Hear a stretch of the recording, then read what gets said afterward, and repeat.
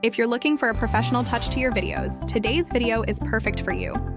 We're going to be walking you through the process of creating a smooth directional blur shake transition in Capcut using Desktop. Be sure to follow along and let's dive right in. First, open your Capcut. Here I already placed the video that we are going to use as an example for today's tutorial. After you place the video clip that you want to edit, the next step you need to do is to add the vibration flash effect.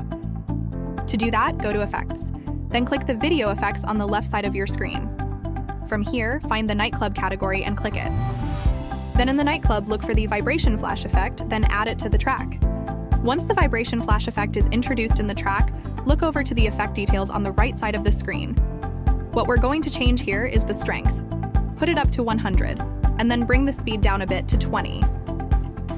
Once that's done, we'll trim down this effect and place it on either end of two video clips, just like you see here on the screen.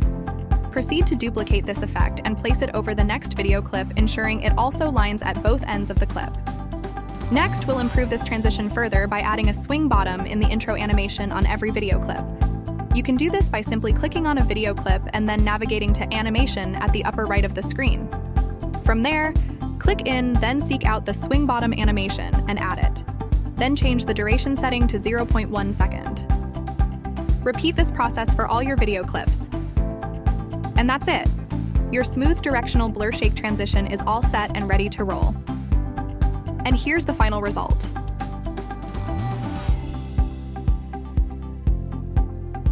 We hope you found this video tutorial helpful. Thank you for watching and see you in the next video.